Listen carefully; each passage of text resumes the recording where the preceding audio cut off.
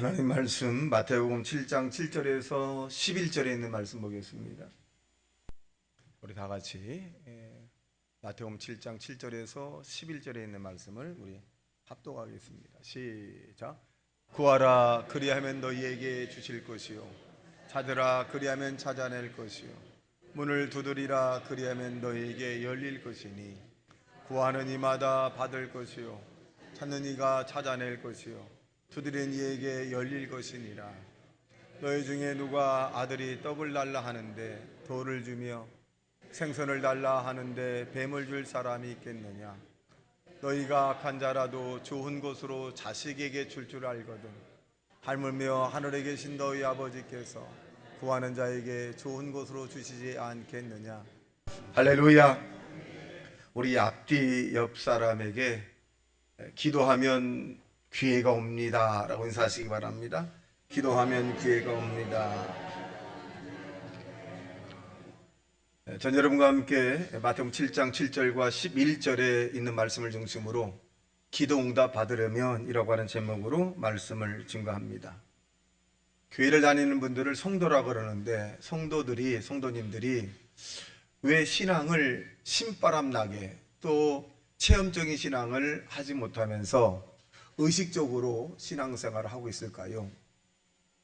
여러분 20년 30년을 다녀도 여러분 의식과 형식적으로 신앙생활 하는 사람이 있을 수 있습니다. 그 원인은 기도하지 않았기 때문에 그렇습니다. 여러분 기도해야 주의 성령이 체험을 느낄 수 있고 기도해야 응답을 받을 수 있고 기도해야 능력 있는 신앙생활을 할 수가 있습니다. 기도해야 하나님의 살아계심을 우리가 느낄 수 있게 되는 것입니다. 여러분 아무리 큰 나무라 할지라도 뿌리가 견고하지 못하면 바람이 확 불면 그 나무는 쓰러지게 마련입니다. 여러분 신앙생활의 연조를 우리가 자랑한다 할지라도 기도하지 않으면 뿌리 없는 나무에 비슷하다라고 볼 수가 있습니다. 여러분 뿌리가 튼튼해야 충분한 영양을 공급받아서 여러분 잘 자라는 거예요. 우리가 기도를 해야만이 우리가 면역력이 강해져서 어떤 외부의 병균을 이겨나갈 수 있게 되는 것입니다.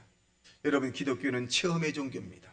이론과 형식과 의식의 종교가 아니라 체험적인 종교입니다.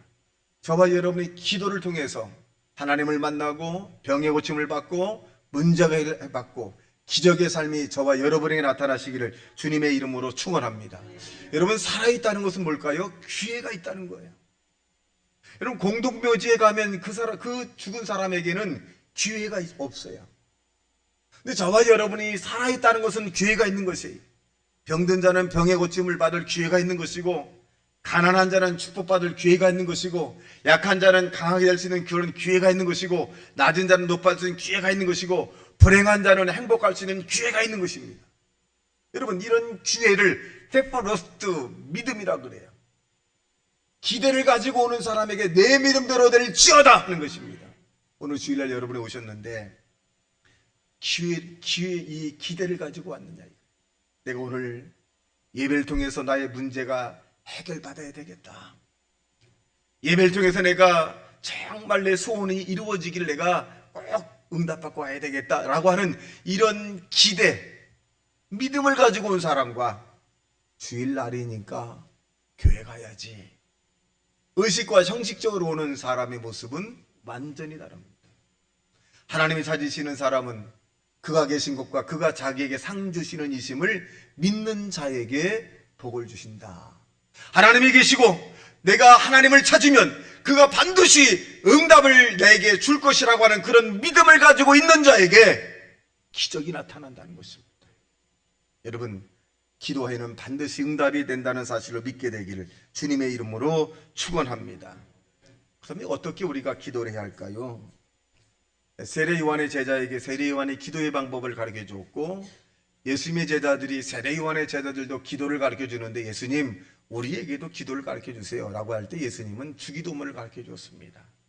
함축적인 부분이 4가지 5가지입니다. 첫째는 뭐냐? 우리가 하나님 앞에 찬양을 드리라는 거예요.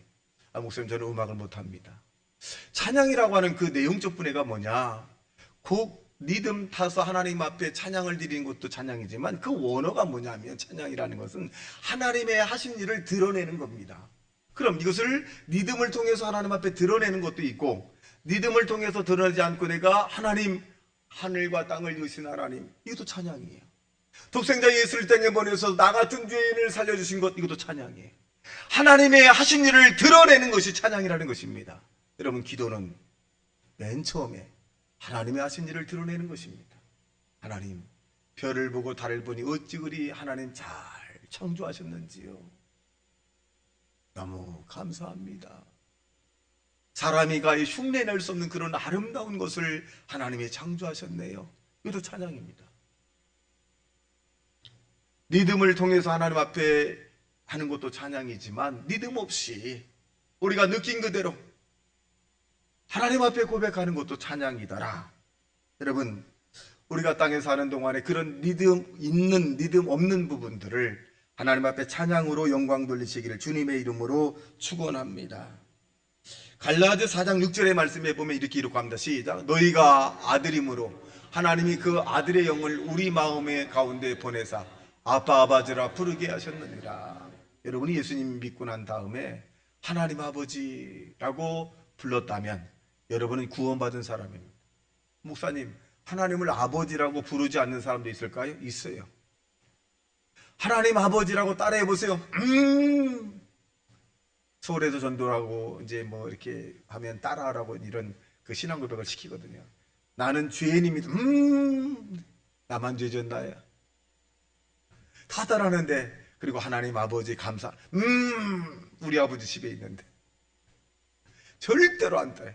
죄인이라고 하는 것을 안 따라하고요. 하나님 아버지란 말을 잘 따라해요.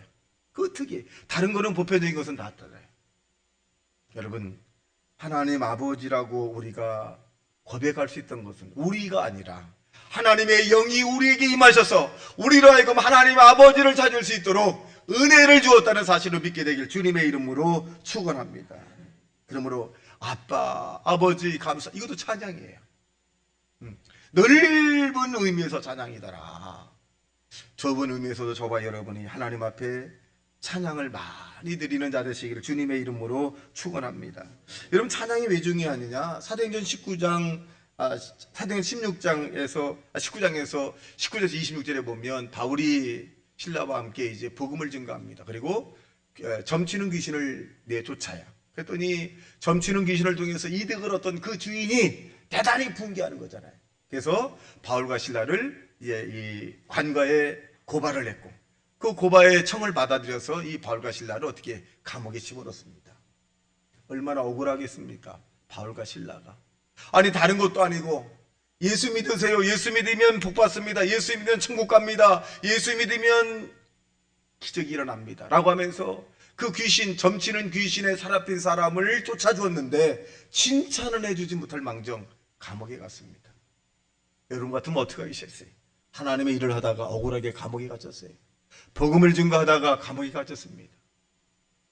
여러분, 이 바울은, 신라는 그 빌립보 감옥에서 하나님 앞에 찬양을 드립니다. 하나님, 이 감옥에 갇힌 것도 하나님의 뜻입니다. 예수님 이름으로 내가 감옥에 갇힌 것도 나중에는 상급이 되니 할렐루야 감사합니다 라고 하면서 박수를 치면서 하나님 앞에 그 어두컴컴한 감옥에서 찬양을 부르기 시작을 합니다. 그런데 여러분, 기적이 일어나죠. 천사가 와서 그 감옥 문을 확 열어버립니다. 간수가 이에 놀래 깜짝 놀라 자결하려고 했으니, 왜? 책임을 다하지 못했으니 이제 살아서 무엇하느냐? 자결하려고 할 때 바울은 그렇게 얘기합니다. 주 예수를 믿으라. 그리하면 너와 내 집이 구원을 얻으리라. 여러분, 찬양은 이와 같이 놀라운 능력이 있습니다. 여러분, 지금 경제적 감옥에 갇혀 있습니까? 내가 뜻대로 안 돼. 하는 일들마다 앞으로 남는데 뒤로 나가는 게 많아. 계산이 안 돼. 여러분, 감옥에 갇혀 있는 것입니다. 그 경제적 감옥에서 여러분 원망과 불평하지 말고, 누구 때문이라고 하지 말고, 그 경제적 감옥에서 하나님 앞에 찬양하고 하나님께 감사하고 부르짖는 자 되어서 그 경제적 감옥에서 하나님의 역사가 나타나길 주님의 이름으로 축원합니다. 어떤 사람은 이 육체적 감옥에 갇혀 있는 사람, 몸이 아파서 병원에 가면 문제가 없는데 근데 이상하게 아파. 여러분, 이런 육체적 병에 이 감옥에 갇혀 있다 할지라도 저가 재치게 맞으면 너희는 남을 입으신 그 능력의 하나님이 여러분과 함께하면 치료가 된다는 사실로 믿게 되길 주님의 이름으로 축원합니다. 그러니까 우리가 자유롭지 못한 일들이 있어요. 이것을 감옥으로 표현할 수 있어요. 사업의 감옥에 갇힌 사람도 있죠. 아니 잘 되다가 이상하게 안 돼. 그냥 갇혀 있는 거예요. 그렇다면 그 자리에서 사람에게 의지하고 사람에게 부탁하고 사람을 쫓아가서 사람에게 하소연하지 말고 바울과 실라가 관가에 있는 사람을 통해서 뭔가 해보려고 하지 않았던 것처럼 여러분 그 자리에 무릎을 꿇고 하나님 사업의 감옥에 갇혀 있습니다. 이것이 동굴이 아니라 터널이 되게 하옵소서. 여러분 그 사업의 감옥에 갇혀서 하나님 앞에 부르짖고 또 부르짖으면 한 번도 실패한 적이 없으신 그 예수님께서 여러분을 동굴이라 할지라도 그 동굴을 뚫어 터널로 만든다는 사실을 믿게 되기를 주님의 이름으로 축원합니다. 시편 50편 23절에 보면 시작 감사로 제사를 드린 자가 나를 영화롭게 하나니 그의 행위를 옳게 하는 자에게 내가 하나님의 구원함을 보이라. 찬양을 드린다는 것은 뭡니까? 감사해서 드리는 거예요. 여러분 억울하고 원망하고 탄식이 나서 하나님 앞에 찬양하는 사람이 있습니까? 아닙니다. 찬양은 하나님이 감사해서 나 같은 죄인을 십자가에 못 박여 달려드신 예수님을 통해서 구원받게 하신 것 감사해서 여러분 찬양하는 것을 말합니다. 둘째로 우리는 찬양하고 난 다음에 우리의 죄를 고백해야 합니다. 시편 66편 18절의 말씀에 보면 시작 내가 나의 마음에 죄악을 품었더라면 주께서 듣지 아니하시리라. 찬양을 했어요. 하나님 앞에 영광을 돌려서. 그런데 우리들 마음속에 무언가 죄악이 있어요. 근데 하나님께서 우리에게 너희 마음에 죄악을 품고 하나님께 기도하면 그 죄악의 사함을 받지 아니한다면 응답이 더디한다 라고 말씀합니다. 여러분 저와 여러분이 하나님 앞에 기도하고 난 다음에 반드시 죄악을 회개하는 하나님의 사람이 되시기를 주님의 이름으로 축원합니다. 역대하 7장 14절의 말씀에 보면 이렇게 말씀합니다. 14절에 보면 역대하 7장 14절 시작 이거 요한일서 9장인데 7장 14절 역대하 안 했나요? 자 9절이면 시작 만일 우리가 우리 죄를 자백하면 그는 미쁘시고 의로우사 우리 죄를 사하시며 우리를 모든 불의에서 깨끗하게 하실 것이요. 우리의 죄를 고백하는 거죠. 고백하라. 또 14절 보기 역대하 7장 14절 자 14절에 무슨 내용이냐면 내 이름으로 일컫는 내 백성이 그들의 악한 길을 떠나 스스로 낮추고 기도하여 내 얼굴을 찾으면 내가 하늘에서 듣고 그들의 죄를 사하고 그들의 땅을 고칠지니라. 자 시작 내 이름을 일컫는 내 백성이 그들의 악한 길에서 떠나 스스로 낮추고 기도하여 내 얼굴을 찾으면 내가 하늘에서 듣고 그들의 죄를 사하고 그들의 땅을 고치리라. 고쳐준다는 거예요. 우리가 하나님 앞에 죄의 악을 고백하고 통해 자복하면 하나님이 고쳐주신다 라고 말씀합니다. 그러므로 저와 여러분이 하나님의 기도 응답을 받기를 원한다면 철저하게 회개하는 자 되시기를 주님의 이름으로 축원합니다. 우리가 집에 가면 어릴 때 어머니가 밥 먹으려면 손 씻고 와라 그렇게 말을 해요. 근데 손 씻고 와라고 하는 내용이 뭐냐면 밥을 안 주겠다는 건 아니에요. 정결하게 하고 와서 밥을 먹으라는 얘기예요. 하나님이 저와 여러분에게 회개하라 이 말은 무슨 말이냐? 응답해 주지 않으시겠다는 게 아니에요. 응답해 줄 테니까 깨끗한 몸으로 와라. 마음을 가지고 와라. 이 내용입니다. 하나님은 절차 과정 속에서 언제나 늘 모든 것이 합력하여 선을 이룬다는 사실로 믿게 되기를 주님의 이름으로 축원합니다. 전 지금도 기억나는 것이 학교 강의할 때 그때는 마음 굉장히 시끄러울 때였는데 이제 정치에 관해서 얘기를 한 적이 있어요. 정치. 이 과목이 이제 정치학은 아닌데 이 역사학을 하다 보니까 정치를 얘기했어요. 그러고 난 다음에 이제 끝나고 났는데 한 학생이 저에게 찾아왔어요. 나이도 굉장히 지긋하더라고요. 장로님 되신 분 정도 찾아와서 저에게 말해요. 교수님, 나는 이 학교에 왔을 때 정치에 대해서 들으려고 한 건 아닙니다. 저는 성경을 공부해서 성경적으로 살려고 왔습니다. 가보니까 아유 좀 제가 미안하더라고요. 강의 시간에 일부분을 정치에서 얘기한 거를. 그럼 하는 말이 뭐냐면 제가 고대 이명박 대통령의 동창입니다. 가만히 보니까 이분이 이름 있는 사람이야.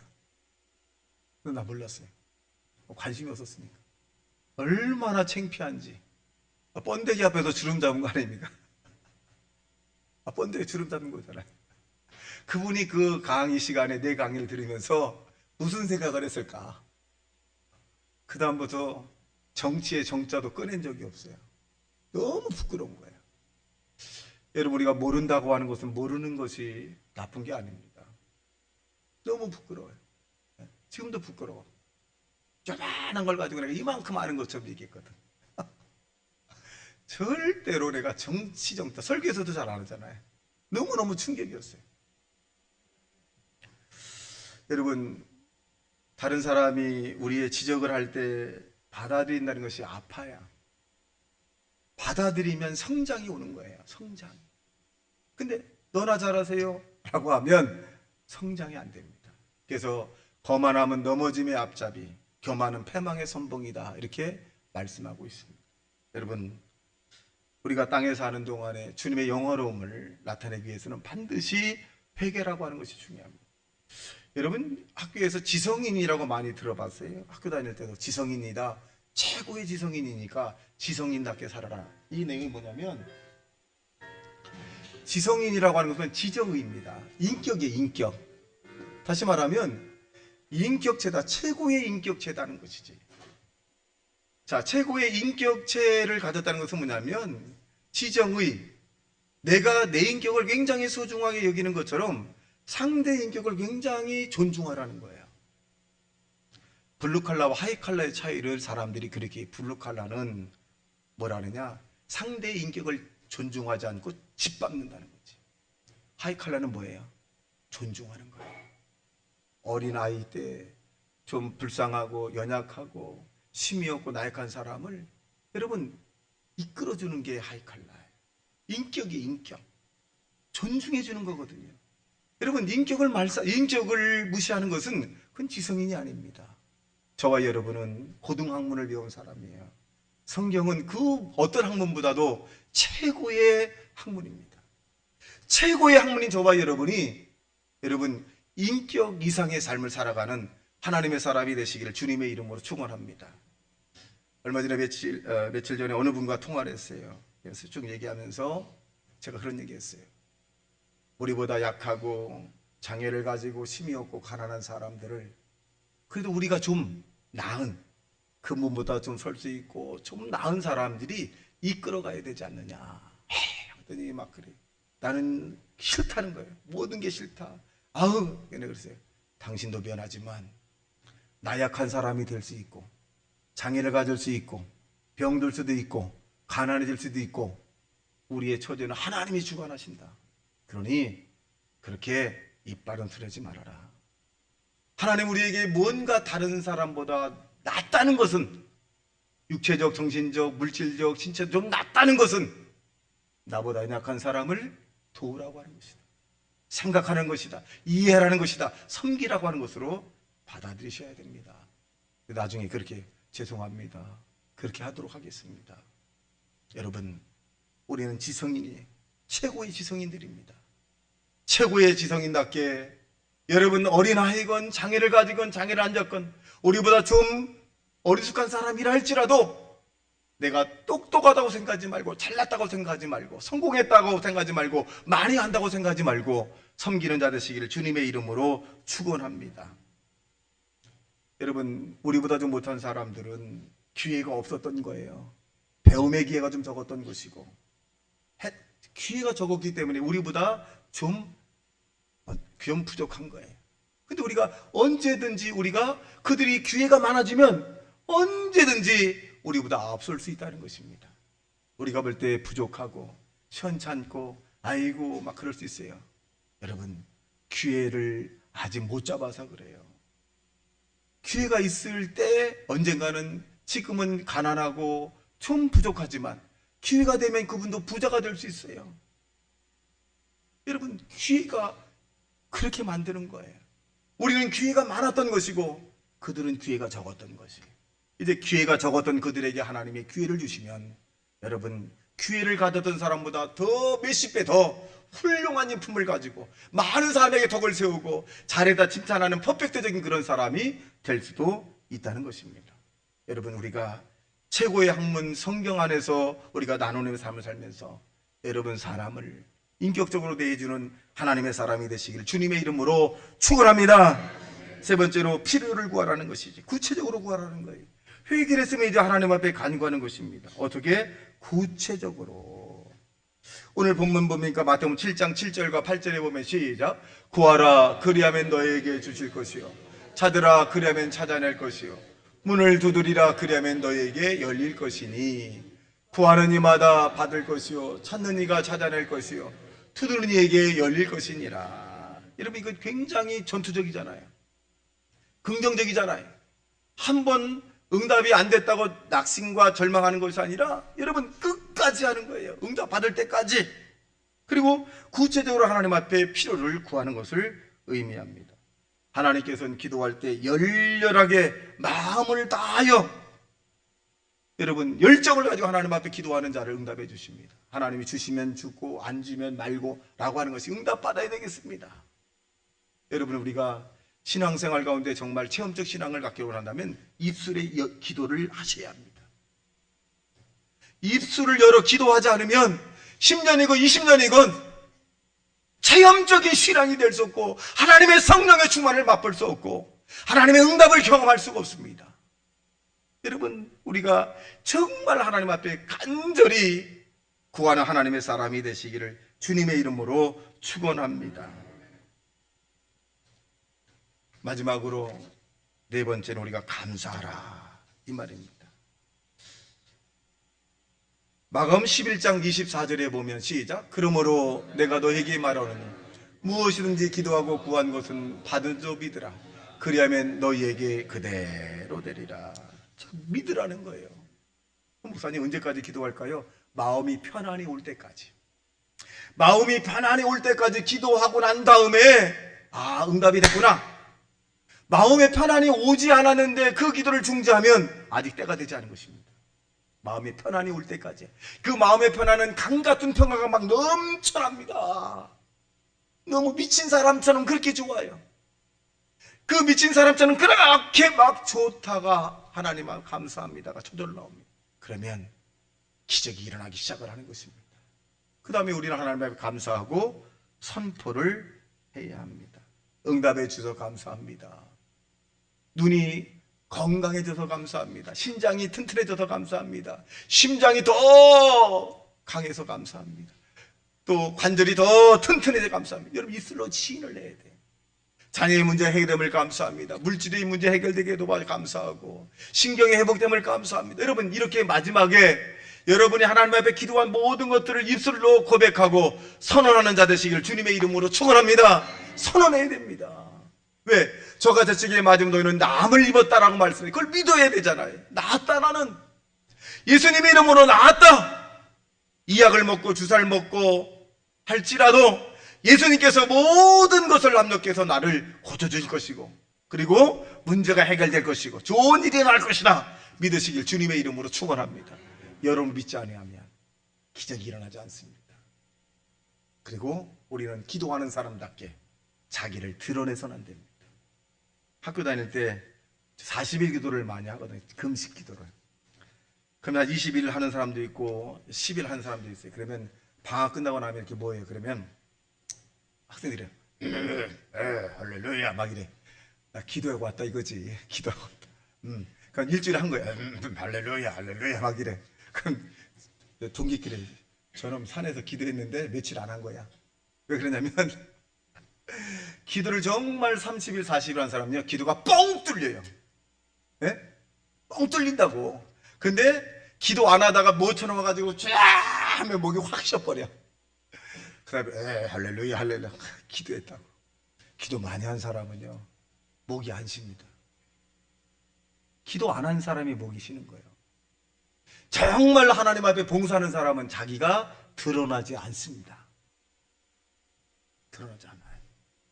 지금도 감사하게 생각하는 것은 안수 집사님 가운데 지금 연기원 사님이 이 방송을 듣고 있는지 모르지만 너무 감사해요. 이분은 무명으로 1,800만 원, 2,000만 원씩 헌금을 해요. 무명으로. 재정부에서 올라왔어요. 목사님 좀 큰 돈이 들어왔는데 어떡하죠? 무명이야. 알 수가 없어. 나중에 이제 하도 큰 돈이 들어오니까 이게 그분이야. 집사님이 알게 모르게 헌금하신 분이죠. 그랬더니 저는 내긴 냈는데, 걸렸으니까 내긴 내는데요, 재정에는 전혀 관심이 없습니다. 그래요. 왜 그래요? 그랬더니 많이 낸 사람은 관심을 가지면 안 됩니다. 하나님 건데요. 나는 그만큼 벌 수 있도록 주신 하나님이 너무 감사해요. 적게 내는 것보다 많이 내는 게 낫잖아요. 많이 벌었으니까. 너무 감사해요. 재정에 하나도 관여하지 않습니다. 제가 상해, 알아서 하세요 목사님. 내 거 아닙니다. 알아서 하세요. 저에게 1년 방구 말씀하지 마십시오. 말씀하지 마세요. 지금 너무 감사해요. 여러분 이 정도 냈으면 한 달에 1,800, 2,000만 11조 내면 목에 힘줘야 되지 않겠어요? 근데 적게 낸 사람들이 10을 내는 거예요. 고개는 벼는 익음의 결수 숙인다는 말이에요. 기도를 많이 한 사람은 자기를 드러내지 않습니다. 부끄러워. 더 많이 해야지. 더 많이 하나님께 영광을 못 돌렸습니다. 내가 더 많이 하나님을 섬겨야 되는데, 더 많이 심어야 되고 더 많이 헌신해야 되는데 아직도 부족. 하나님께 받은 것이 너무 많습니다. 죽어야 될 내가 살았고 지옥 가야 될 내가 살았습니다. 이렇게 산 것 감사합니다. 자기의 공을 내세우지 않습니다. 여러분, 기도 응답 받는 비결 여러분에게 있습니다.